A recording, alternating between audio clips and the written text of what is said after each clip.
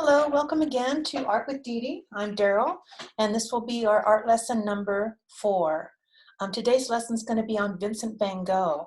And many of you may know Vincent van Gogh. He was a very famous impressionist.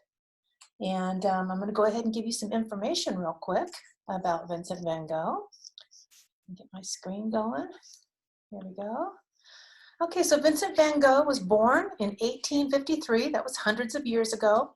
He was an impressionist painter, and that means that his paintings were really filled with dots and dashes and lots of different colors. And when you came up real close to his paintings, it looked like a big mess. And then as you stepped back, it looked as if it had detail, and it gave you the impression of something. And that's where the word impressionist comes from. He only sold one painting while he was alive.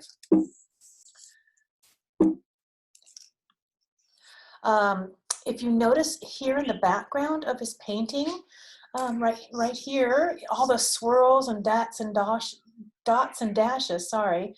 And it was just so cool, his technique. His technique was so incredibly cool.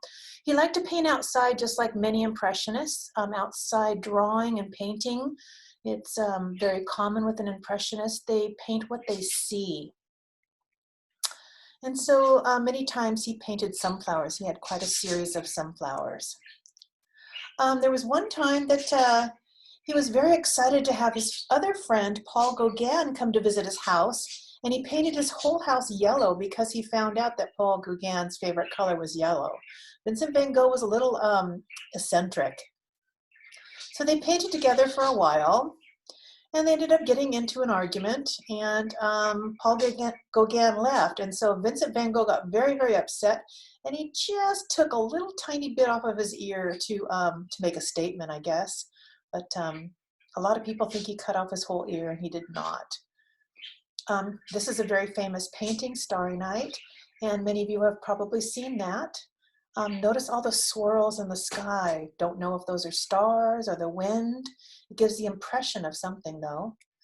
Again, his favorite, actually one of my favorite paintings is the irises. And notice the one iris by itself, it's white. Many people think that maybe that was Vincent van Gogh, that he didn't quite fit in with everybody else. Again, the cafe. And if you notice, that actual print is right behind us on my wall. His bedroom, he didn't just paint one bedroom, he painted a series of his bedrooms. And you could see the difference between the paintings because of the paintings on the wall, they changed. And here is an example of that. The paintings on the wall are different in each one. More paintings of Vincent van Gogh. More. And of course, one of his most favorite was the sunflowers. And he did a series of sunflowers. And the way you can tell the difference between the sunflowers is you can count how many sunflowers are in each masterpiece. Again, another one. I actually have this one on my wall behind us as well. And here he did cypress trees. Beautiful sky, isn't it? I just love the swirls in the sky. Here's a farm in France. And you can see many of his paintings in galleries nowadays. Even though he sold only one, his paintings are now worth millions of dollars. Again, self-portrait and a different type of sunflower. And there's a picture of 4 different types of sunflower paintings that he did. So we're going to go ahead and get started on one of the paintings. We're going to do what's called crayon resist. So the supplies that you're going to need is our watercolors again. One black crayon, that's the only crayon you're going to need is a black crayon. And you're going to need some paintbrushes. I have a small and a medium paintbrush. You can just have one size if you need to. The smaller one would probably be better to have than the medium one. And a little bit of water. Remember, the least amount of water you put in the cup, that's less for you to spill. All right, we're ready. So the reason why we're using crayon and watercolor together is because they resist each other. Crayon is made from oil, and oil and water do not mix. So we're going to go ahead and get started. I'd like you to go ahead and make a smile right about there. And I want you to push nice and dark, by the way. Okay, and I want you to make a smile down here as well. This will be the top of the vase, this will be the bottom of the vase. And you can make your vase any shape you would like. Vincent van Gogh's kind of went in and went out. So I'm going to go ahead and mimic his. And you want to make sure that you do it nice and dark. So if you do a couple passes with your crayon, that would even be better. All right, so the first thing we're going to do is we're going to do a sunflower. So a sunflower has a circle. I'm doing it nice and dark. And the leaves are pointed. So I'm going to go ahead and make a pointed one.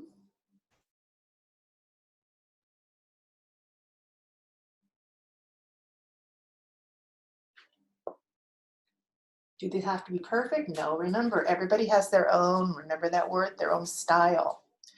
And what I'd like you to do is once you put the sunflower in there, I'd like you to go ahead and give it a stem. Again, pushing very hard and dark with your crayon because we want that to resist. Let's do another one, but let's make sure that our sunflower is kind of on the side. So we're going to do like a pod, kind of like sharks, I guess you could call it, like shark teeth. Okay, and the sunflower is going to be kind of like a bud. So let's go ahead and put a stem on that one as well. And while we're at it, let's go ahead and put a couple leaves on these. And the leaf of a sunflower is pointed. And it has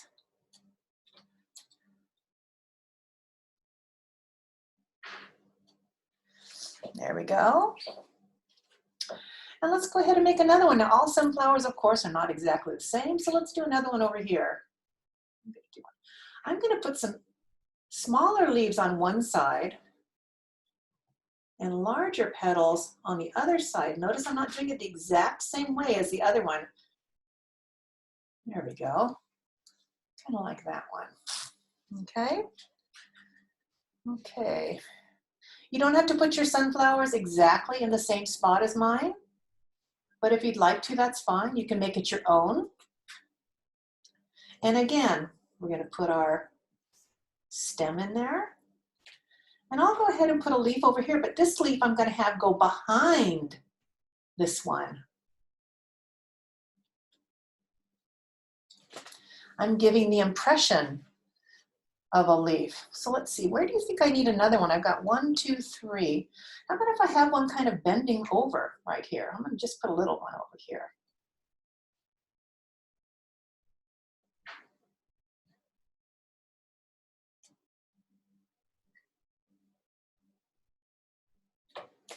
And of course I would have to. Okay. Now sometimes in art, when you have things that are matchy-matchy, in other words, too even, they don't look as exciting. So do you see a space here that I kind of need to have another one? I'd say somewhere right here. And I'm going to put it behind. So I'm going to put one kind of behind this other one.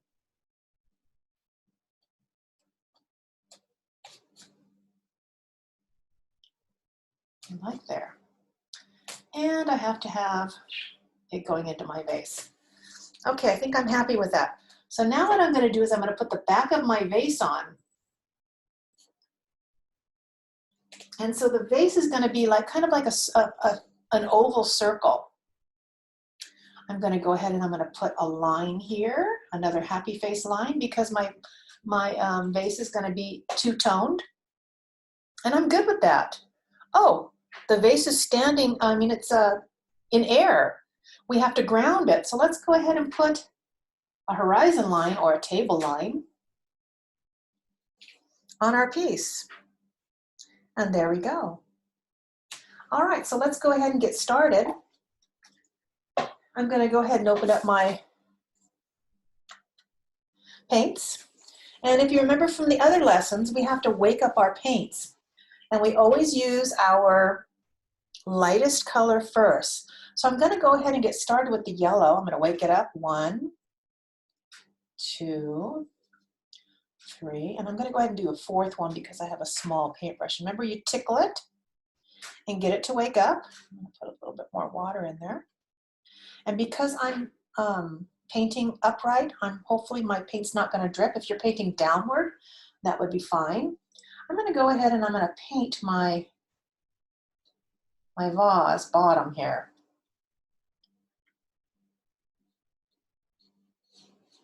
And what happens is the black crayon traps the watercolor.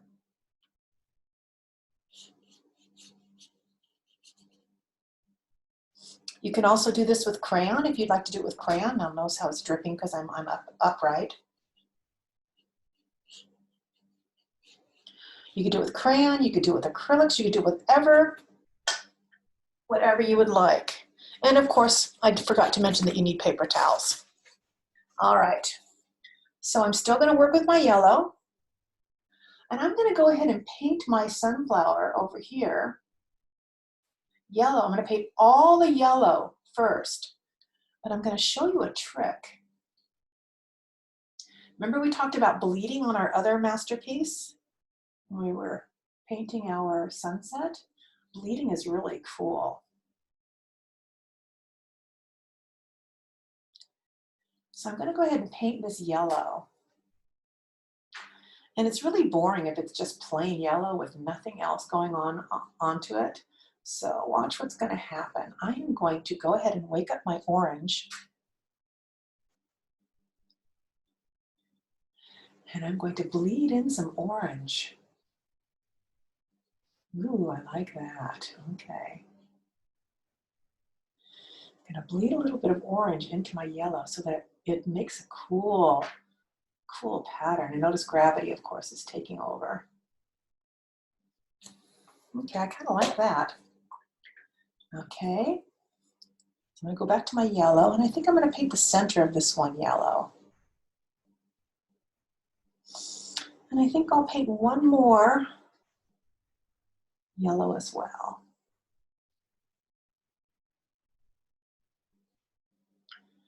Now you can bleed in orange, you can bleed in red, and you can bleed in brown. And today, actually, you can use the brown. So I'm going to bleed in a little red. I got to wake up the red. I'm going to bleed some, oh, there we go. I'm going to bleed some of that in there. And just see, and remember the crayon.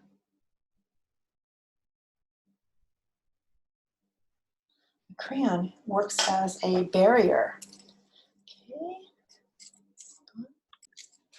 Okay, so I've woken up my red. I'm going to go ahead and I'm going to paint these leaves right here red. Ooh, that's a beautiful color, isn't it?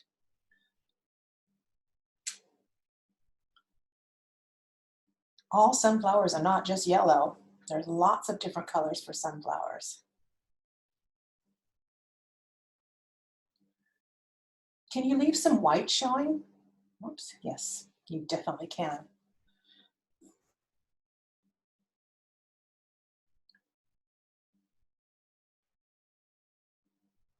So I'm going to bleed some orange into that red just to kind of lighten it up a little bit. Ooh, I like that color.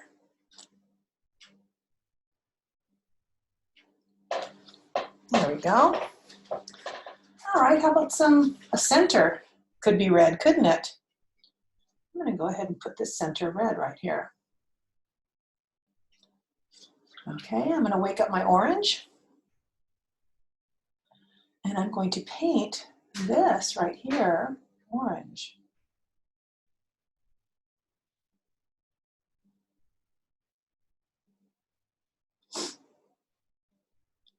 You can spend, more time on this. You can spend less time on it. It's just kind of fun.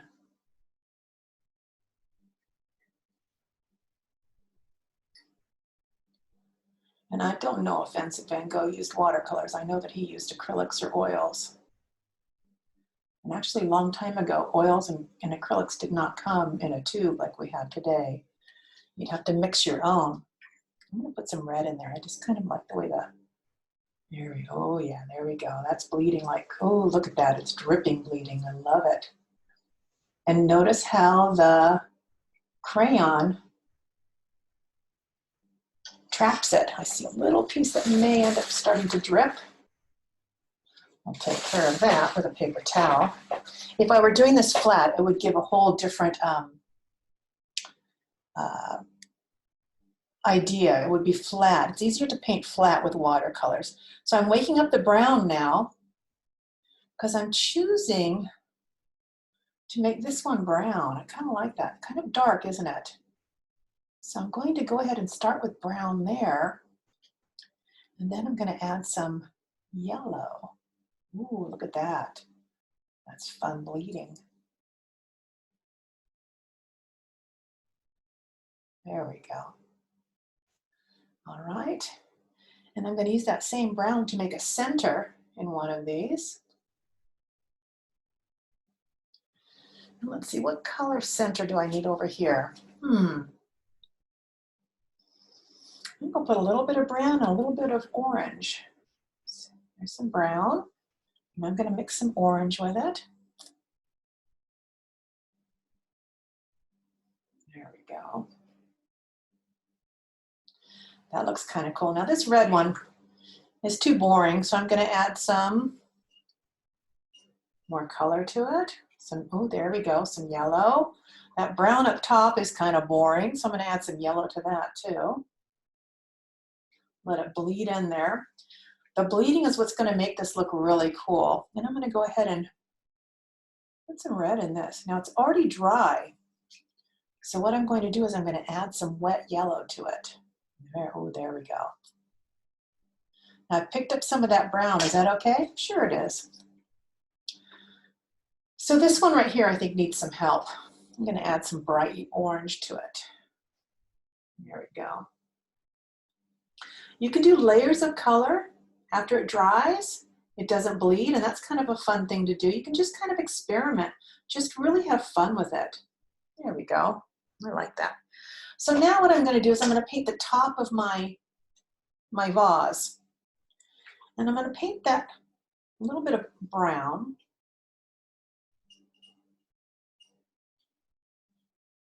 And I'm going to bleed in some yellow. So the brown's kind of giving me a shadow. And I'm going to add some yellow to it, because I don't want it too dark. So let's look at that. Isn't that pretty? Ooh, there we go. So I'm adding some yellow to lighten up that brown. And I'm using the bleeding technique, of course. And that looks kind of cool, doesn't it?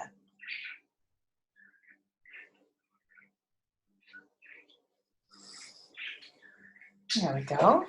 See how much fun that is? Okay, now it's time to wake up my green, because now we need to paint our leaves and stems. Doing the exact same technique, I'm going to paint green. It's not quite dark enough, so I'll wake it up some more. There we go. And I don't want it just plain old green. I'm going to add a little bit of brown to it. Why not? There, ooh, there we go. That looks kind of cool. Same with the leaves. You can add some yellow to it. You can add some brown to it. You can let it dry and add some darker green to it. I'm going to add some yellow. See what that looks like. Oh, there we go. That's kind of a pretty color.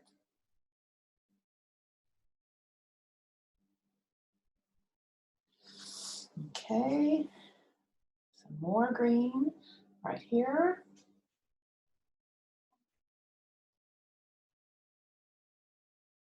I'm going to let that one dry and then add some green to it afterwards. Okay, this leaf right here is behind, so I'm going to make sure that that's a darker green. First going to paint it green, and then I'm going to add some brown to it. And let the brown really make it darker. Here we go. Well, that's a little bit. What happens if you do too much? Guess what? You take your paper towel and you dot it off. So that was way too much brown. So I'm going to go ahead and add some green now. There we go. Oh, I like that color now. I'm kind of glad that that worked out the way it did. Okay, we're getting there.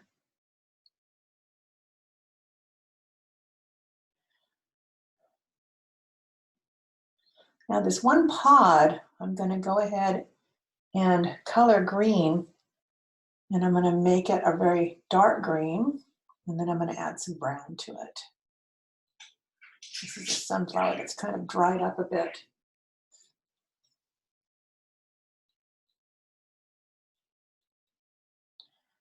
Add some brown to it.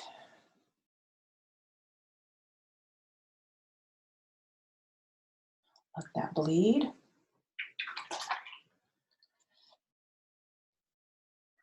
Add some yellow to this one. There we go. Okay, all right. Then what you need to do is let it dry, because then we're going to paint the background. Actually, we could paint the this right here, the table.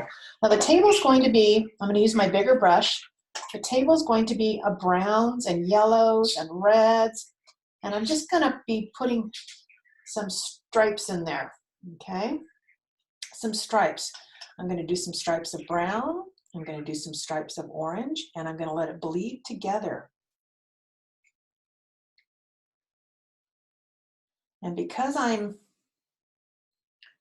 vertical, it's going to look a whole lot different than if you're not vertical. If you're laying down.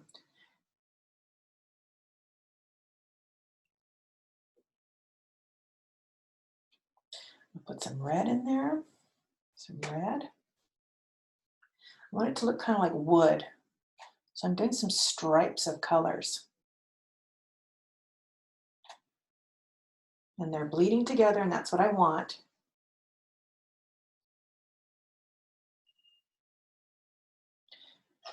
More brown.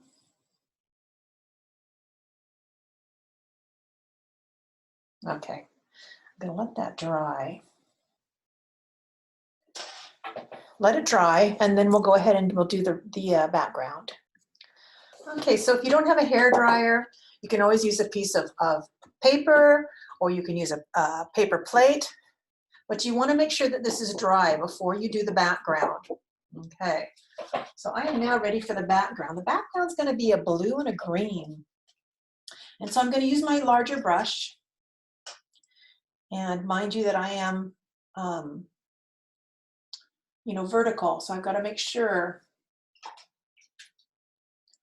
that I'm not dripping too much. So I'm going to do some blue. And then within the blue,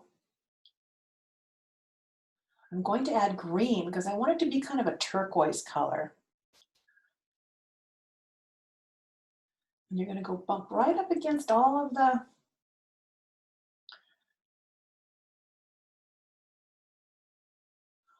flowers carefully. And if you want to use your smaller brush, you can. We don't want the blue and the green to mix completely. We want it to bleed, and that will give it a really cool effect. A little green here. A little blue here too. What about if your blue doesn't match each other through the whole masterpiece? That's absolutely fine. You don't want it to be all one color. You want it to be different colors. And is it okay if there's white showing? Yes, that's very typical of a watercolor. Can you do this in markers? Yes, you can do it in markers. Can you do it in crayons? Yes, you can do it in crayons. Can you do it in colored pencils? Yes, you can do it in colored pencils. You're going to really appreciate that black crayon because that's going to keep you from bleeding into the other colors.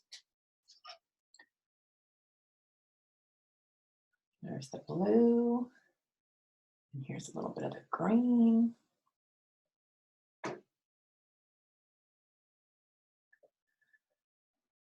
Is it okay if you have drips? Yep. That gives your masterpiece a little bit more character.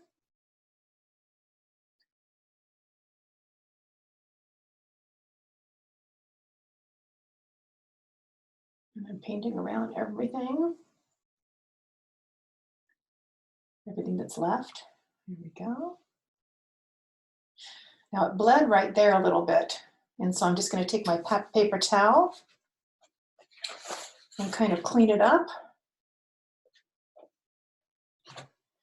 And what I'll do is I'll put a little bit of blue over the top of that and kind of mix it up a little bit so that it doesn't look as noticeable.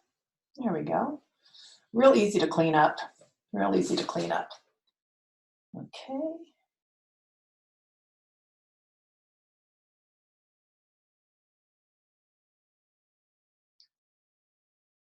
I just really love Vincent van Gogh as an artist.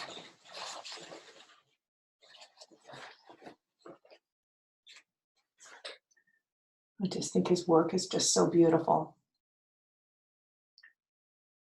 Okay.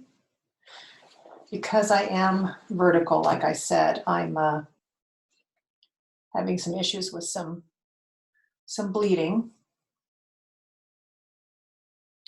If you are flat on the table, you won't have those issues, but I can clean it up too when it's dry.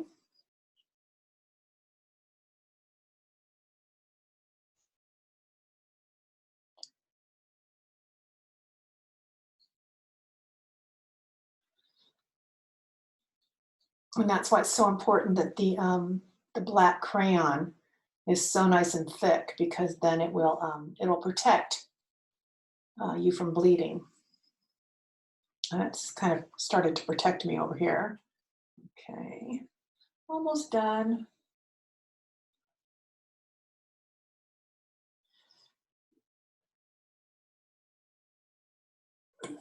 Here's my green, and now a little bit of blue to blend it in together.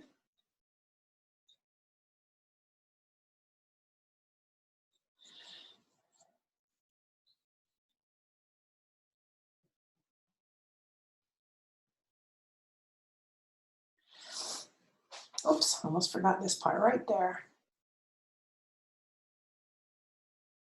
Okay, there's one more part in my masterpiece that I need to paint. And that is, just clean this up a little bit, there we go. And that is right here on the inside of the vase. And this is where you gotta be very careful. We're gonna paint that black. And just with a small paintbrush, just very carefully, because black is just such a strong color, just paint the inside of that vase where the stems have left it. There we go. And that should be good. I just need to clean this up a little bit with a little bit of brown and a little bit of red.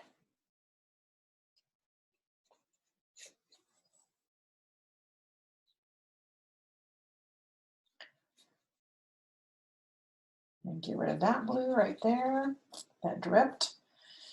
Get that going. So in hindsight, I would say let it dry first before you paint the bottom. I was trying to be quick for time's sake, and I think it'd be better if you made sure that you were totally dry before you painted this bottom. There we go. The only thing left I have to do is sign it when it's dry, and I'm going to choose to sign it right here with my Sharpie, very much like Vincent van Gogh did. And remember, yours should not look exactly like mine because it is yours. And thank you very much, and hopefully you enjoyed this, and we'll do number 5 soon. Share this, by the way. It's good that everybody's staying indoors and safe, and you can share this with your friends so that they could also have a good time. Bye-bye.